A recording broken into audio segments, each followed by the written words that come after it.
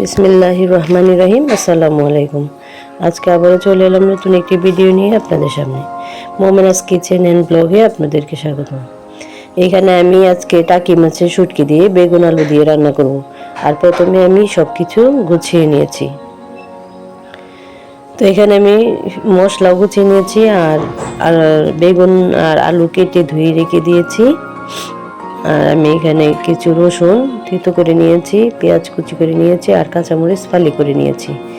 আর এই টাকি মাছের শুটকিটা প্রথমে আমি টেলে নেব। কড়াইয়ে টেলে নিয়ে তারপর ভালো করে ধুয়ে আমি এই শুটকিটা রান্না করব। আর এই শুটকিটা আমার হাতে শুকানো শুটকি, কোনো ঝামেলাই নেই, একদম ভালো শুটকি। তো আমি এখানে প্রথমেই কড়াইয়ে তেল দিয়ে দিয়েছি পরিমাণ মতো। আর তেল গরম হয়ে আসলে আমি থেতো করা রসুনগুলো এখানে দিয়ে দেব। আর রসুনটা একটু লাল করে ভেজে নেব। আমার রসুনটা লাল হয়ে ভাজা হয়ে গেছে। এখন আমি এখানে কাঁচামরিচ পেঁয়াজ কুচি করে দিয়ে দেব।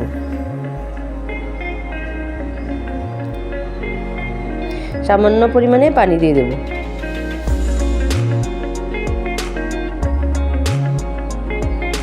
তারপর আমি এখানে পরিমাণ মতো মরিচ, হলুদ, ধনিয়া আর পরিমাণ মতো লবণ একসাথে দিয়ে দিয়েছি।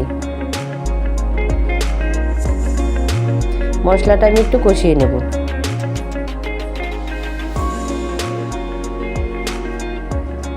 তারপর এখানে ধুয়ে রাখা শুটকিগুলো দিয়ে দেব।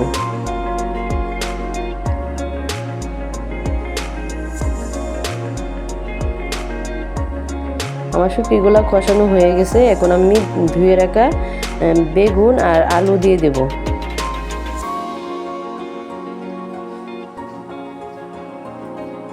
এখন আমি নেড়ে ছেড়ে মিশিয়ে নেব।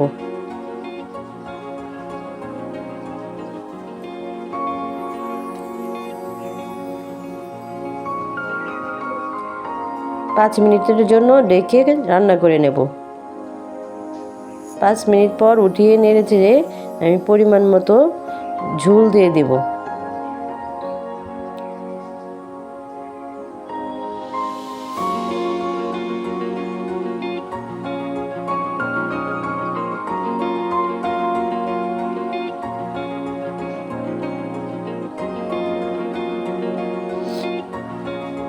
ঝোলের জন্য পানি দিয়ে দেব।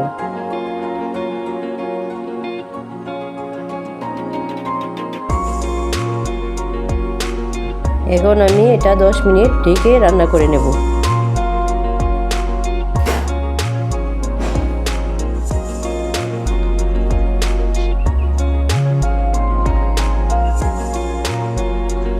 কিছু কাঁচামরিচ ফালি করে দিয়ে দেব।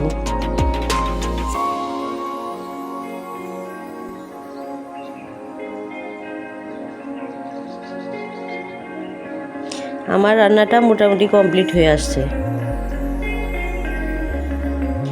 আর আমার ভিডিওটি যদি আপনাদের ভালো লাগে অবশ্যই লাইক করবেন, কমেন্টস করবেন এবং যারা ফেসবুক পেজ থেকে দেখতেছেন তারা আমার পেজটা ফলো করে দিবেন। আর যারা ইউটিউব চ্যানেল থেকে দেখতেছেন তারা আমার ইউটিউব চ্যানেলটা সাবস্ক্রাইব করে দিবেন। আর আপনারা অবশ্যই আমার পাশে থাকবেন আর আমার জন্য দোয়া করবেন, আমি যেন এই স্বপ্নটা এগিয়ে নিয়ে যেতে পারি। তো সবাই ভালো থাকবেন, সুস্থ থাকবেন এবং আমার আগামী ভিডিওগুলো দেখার অনুরোধ রইল। আর এই ভিডিওতে অবশ্যই বেশি বেশি লাইক দিবেন, কমেন্টস করবেন। আল্লাহ হাফেজ।